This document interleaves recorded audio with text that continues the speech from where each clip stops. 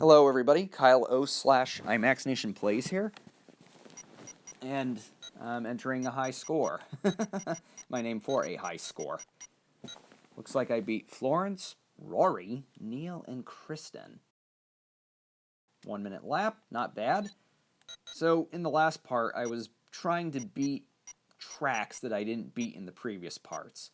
So now, one track I haven't played yet is Montego Bay. And I think for this one, I'm going to close my eyes and pick the car. Let's hope it's a good one, because Montego Bay is very similar to Jarash and Cormayer in that it feels like a level that belongs in a test drive off-road game and not a mainline test drive game. This level is also sandy. So this level is sandy, but it also rains.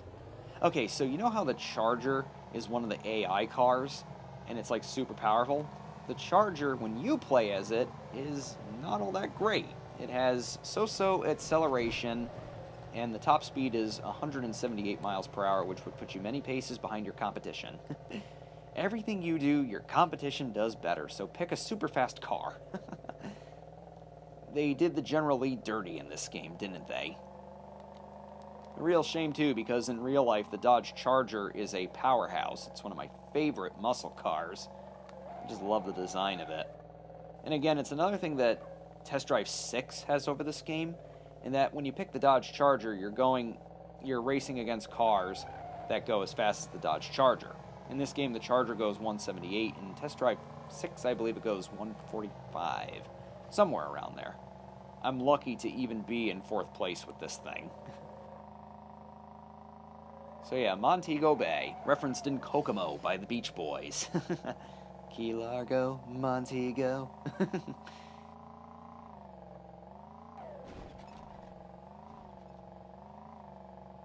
I am a huge Beach Boys fan. Let me info dump about that for the next 5 minutes. Kokomo is interesting because it's a song that a lot of Beach Boys fans can't stand whatsoever. But I think Beach Boys fans dislike Kokomo because it's well, how do I put it? For many years, I don't know how I'm going to compact this in like a minute, but for a lot of people, Kokomo is like a sellout song for the Beach Boys. After all the years of innovating and pushing pop music past so many perceived boundaries, and, Brian Wilson, just writing and composing and producing some of the greatest music ever, Kokomo just seemed like a step backwards. Like, Kokomo just seemed like, throwing in the towel. And in a way, it is kind of just, that sort of dislike of the song is justified. The 80s were not a fruitful time for the Beach Boys. And to explain why things had come to, why it came to that, again, you would have to read the whole history of the band. It can't be simplified into little blurbs like, Brian Wilson lost control and then it all went downhill from there. It's like the Beach Boys' history is rich with so many detailed stories, because again, it's a story of more than 5 people in their lives, and it can't just be whittled down to. It's kind of like when people oversimplify about the Beatles breakup. Oh, Yoko did it, or Paul was too controlling, so that's why the band broke up. It's like, no, you cannot generalize. You can't do that. And with the Beach Boys, you can't do that. But in short, the Beach Boys were kind of going through an artistic and commercial rut. The 80s was also just a very bad time for most of the members personally. So we lost spectacularly with the Charger. So we're going to pick something a little better than the Charger. We're going to pick... You could do the Charger Daytona. Ford Mustang Hot Rod. You know what? We're gonna go classic and to the point. We're gonna pick the Viper, the GTS Viper. And Kokomo was featured in the Tom Cruise movie Cocktail. It came out in 1988. And Tom Cruise was such a draw at the time. He was coming off of movies like Top Gun and such. Cocktail was a box office hit, even though it got very, very poor reviews from critics. And most people, like, if you were to ask somebody about Cocktail, they would tell you a Cocktail is some crappy 80s Tom Cruise movie. But in 1988, it was very, very popular because Tom Cruise was a major draw at the time, no matter what the movie was. So, Kokomo was in the movie Cocktail, and the single went to #1. This was the first time a Beach Boys song had reached #1 on the Billboard chart since the mid-60s. So, that sort of reinforced the notion that the Beach Boys were nothing more than some boozy beach surf band, when the Beach Boys, under Brian Wilson's direction, broke away from that. Even though they were called the Beach Boys, only one of them surfed. They wanted to go beyond that image as a bunch of cute surfer boys. They wanted to go beyond that image and actually make sophisticated pop music that put them on par with the Beatles and other contemporaries. Brian Wilson was especially challenged.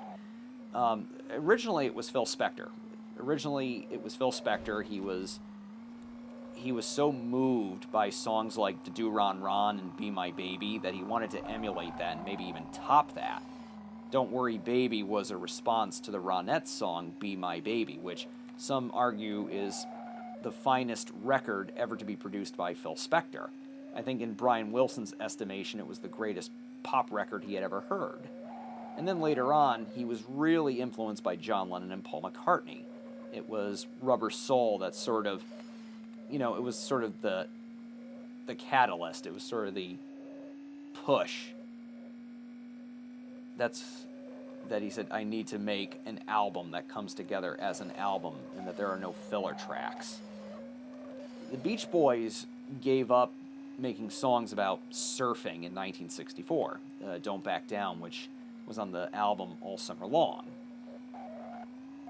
All Summer Long came out in July 64, or was it June 64? It was somewhere around there. It was around the same time A Hard Day's Night was released by the Beatles, the movie and the soundtrack album. And Brian wanted to move beyond it. The rest of the band wanted to move beyond it, too. Another generalization that tends to rear its ugly head is that Mike Love, who was the cousin of the Wilson brothers in the band, he wanted to keep the band in the surfing, flaccid pop tune territory, and Brian was the artist, the genius, who wanted to move beyond that. It's like, no, even Mike Love got sick of the surfing stuff. In fact, they didn't even want to be called the Beach Boys at first. I think they wanted to be called the Pendletones, but because of some mix-up, they ended up being called the Beach Boys. Look at this. I'm coming in 4th place with the Viper. No! Possibly last? No! No, no, no, no, no, no, no! The weird thing about the Montego Bay level is that you cross the finish line, but the race ends a few paces ahead of the finish line. All right, that's 2 fails in a row in Montego Bay. All right, let's pick a powerhouse, because apparently picking an adequate enough car is not going to do it. Because this game's AI is just so horrible. No offense to anybody who worked on Test Drive 5. I like this game. I don't like the AI, but I still like the game. I'm not trying to insult your work. What do I pick? I want to pick something I haven't picked before. Jaguar. Like Austin Powers. Here we go. Well, yeah. So that's sort of the thing. There's a lot of generalizing about the Beach Boys, just as there is about the Beatles and any other band, really. In the 80s, they were in a very bad spot. Dennis Wilson died in 1983, so they lost a key member there. Brian Wilson was under the... started too soon. Brian Wilson was under the intense care of a quack therapist named Dr. Eugene Landy. So Brian was kind of in and out of the band, like he was in the mid-70s and late 70s and early 80s.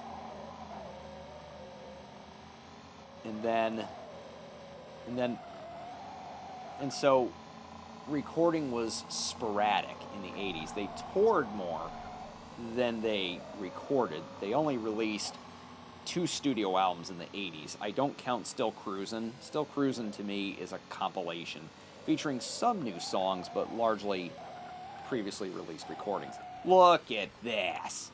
See, this is why I don't like racing in Montego Bay. The sand and the rain makes it a slippery-ass level, and it's not a level for supercars like the Jaguar XJ220. It just isn't. This is the only part where you can kind of catch your bearings because it's a road. The rest of this level is sand. I'm like Anakin Skywalker when it comes to the sand levels in this game. They're just so obnoxious. I think they kind of, when they brought these tracks back for Test Drive 6, they kind of toned the slipperiness down, if I remember correctly. Because, yeah, they brought back all the circuit tracks in Test Drive 6. They brought back all the circuit tracks. They didn't bring back the linear tracks, but they brought back the circuit tracks. Look at this. The Jaguar XJ220 goes faster than all these cars. And I'm in last place. Ah! Rage! Ah!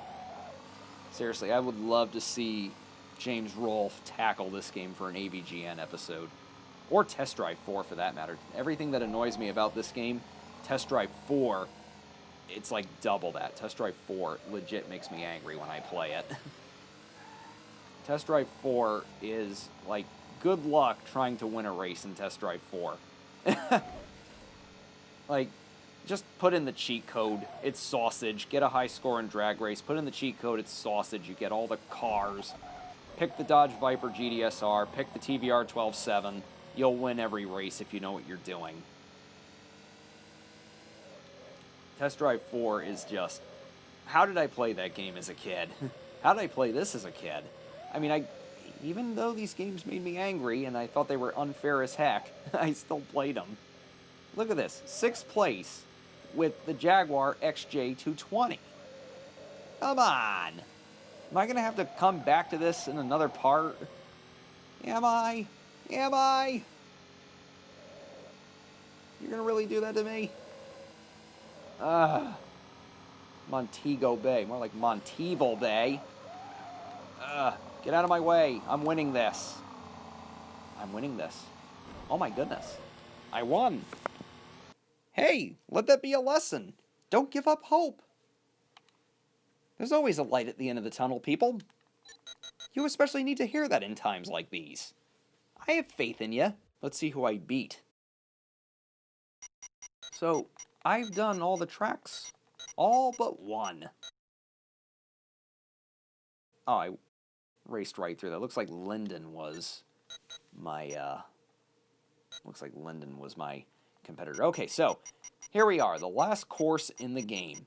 Bez's Flat. I'm guessing Bez was one of the developers of the game. It's literally set in the guy's flat, his home. It's a toy level. That's how you could tell the developers had a lot of fun making this game. Not only did they create their own cars, like Chris's Beast and the Pitbull Special, but they created their own racetrack. So, I picked the Ford Mustang GT. It's one of the worst cars in this game. However, you can win Bez's Flat with even the worst car in this game because Bez's Flat is glitched out the wazoo. It's not glitched for you. You can have a perfect run on Bez's Flat. But your competition, on the other hand, has trouble and often gets stuck because of the hitboxes of the different walls. Like, some walls are made out of newspaper or looks like shredded up newspaper. As you can see, it's all objects. Look at them. They're crashing and ping-ponging, pinballing their way through this entire track. I have raced on this track as the Ford Mustang GT twice and won. So I'm going to try to prove it to you with this recording. If not, well, I got the other one that I scrapped. I could just show you that one instead. Just sort of throw it in there as a bonus. The Ford Mustang GT has abysmal acceleration in this game, and it goes 157 miles per hour. That's the top speed of the 1998 Ford Mustang in this game, guys. Fellas. You can see these VHS tapes. Whatever that is. I think that's like a table or something. See, the only car that's on my ass is the one that was in the lead, and that was the Charger. This is usually the tunnel where they, yep, there we go. Someone's already stuck. And if you bump into them, they go berserk. Like, they start speeding, like, super duper fast. They go like 500 miles per hour at that point. Okay, where's the Charger? I don't even see him. Notice the Pitbull Syndicate logo on the soap bars there. Pitbull Syndicate, of course, the development team that made this game. And 4 and 6 as well. And Test Drive 2002, as we Yanks call it. In other countries, it's known as Test Drive Overdrive. I already did a video on that, and I plan to do another video on it sometime soon. So we in his kitchen now? Look at this tile. This is another thing that Test Drive 5, I think, has over Test Drive 6. Test Drive 6 has none of this fun stuff. Like, no developer-made-up levels, no developer-made-up cars, no Pitbull special. And Pitbull worked on Test Drive 6, so I don't know why. Maybe the original team didn't work on it, maybe it was a different team. I know that it was a co-production between them and Infogrames. If you remember Infogrames, their logo was an armadillo.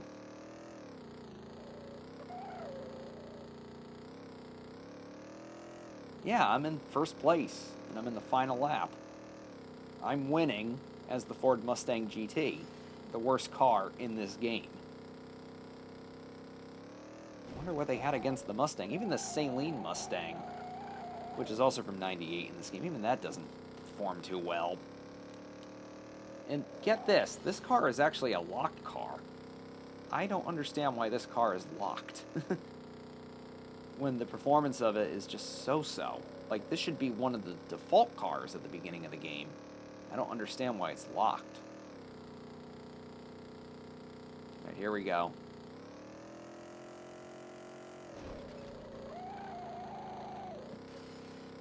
We won Bezos Flat with the slowest car.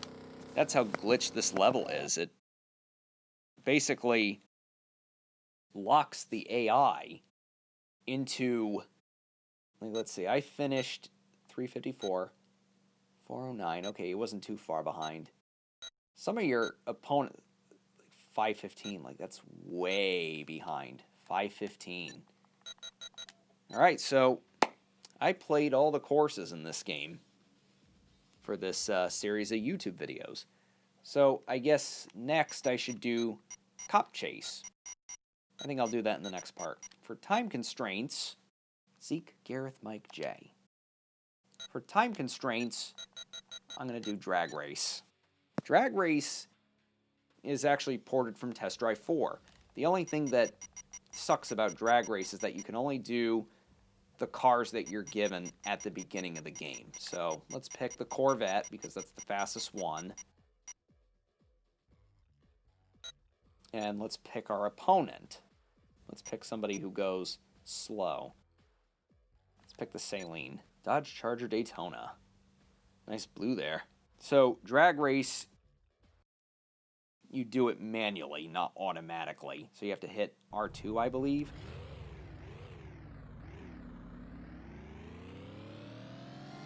Oh, no, you hit R1 to shift. Yeah, it's just like that. Simple. So that's Drag Race. There we are, my favorite. Blue with white stripes Dodge Viper GDS Coupe. Oh, I even got a record in Drag Race. Beat Julie by just a hair. Danny Quinton Lilly. What else? I mean, how many minutes do I have left? I'm on 2045. Maybe I'll do Cop Chase. Time Trials is basically playing the courses, but basically playing the courses and getting there on time, beating the record you're not being timed. You just have to see if you're fast enough to beat it. As a kid, whenever I didn't want to race against anybody, I would do time trials. All right, let's do cop chase. Let's cop chase. Let's chase crooks in. Let's pick San Francisco 2. San Francisco 2, basically the reverse version of San Francisco, but during the day. I said in an earlier part that I can't stand the reverse version of San Francisco 2. It's because at the end of the level, there's a long straightaway where the road is like a grayish white, and some of the obstacle cars blend right in with it, and it just messes it messes me up every single time. So cop chase mode, this is what you have to do. You have to hold R2 to keep the siren on, and when you catch up to the other racers, you have to basically ram them a ton of times, which is easier said than done because the way the physics are in this game, when you bump into a car, you wipe out. That wasn't the case with Test Drive 6. Oh, there we go. And these aren't racers. As you can see there, the suspect is wanted for first-degree murder.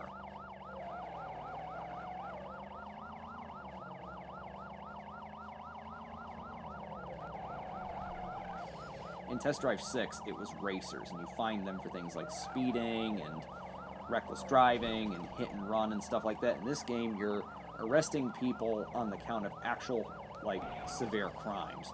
Okay, software piracy doesn't sound as severe, but this was 1998, so big deal back then. And for me, Cop Chase feels kind of unfinished. Right, so see, there's a bar there, a meter. Oh, there's a meter that shows you how many times you have to batter them until you arrest them. Don't ask me how it works, because, again, I've been playing this game since '98, and I couldn't tell you. Cop Chase is just, it's not my favorite thing in this game. Okay, here they are. Software piracy. Ugh.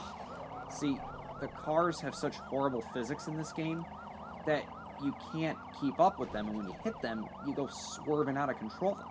You didn't have that problem in Test Drive 6. When you hit them, wanted for speeding, wanted for chicken plucking. I often ask this aloud whenever I arrested 2 people. Nice. See if I can get all 5. It's possible. It's just really really hard. At least in my opinion. Whereas when you're racing, all a cop has to do is speed in front of you, and that's it. You're pulled over. It's like the cop has a magnetic beam coming out of it that pulls you right over. Come on. Illegal license plates. Ooh. So this is the section here that always messes me up whenever I play this course. I always crash into somebody because, yep, like that. But I saw him coming. See that white van there? Like, if I were speeding, I wouldn't have seen that van coming. Or that guy, or that guy. Come on, give me the Aston Martin at least.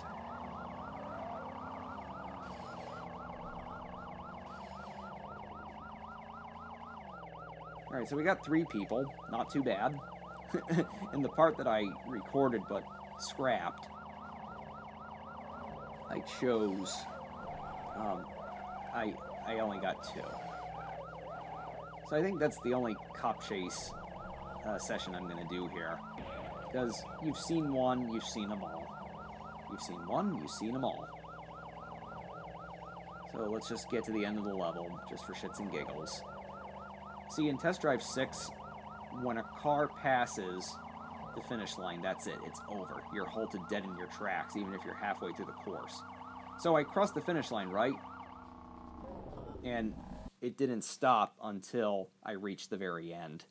So that level's kind of glitched. So I think that's it for Test Drive 5 videos. It was certainly fun to play through the entire game, all the courses and all the tracks, and picking several of the cars and doing some of the different modes. So, yeah, thanks for watching, everyone. This is Kyle O / iMaxinationPlays, signing off.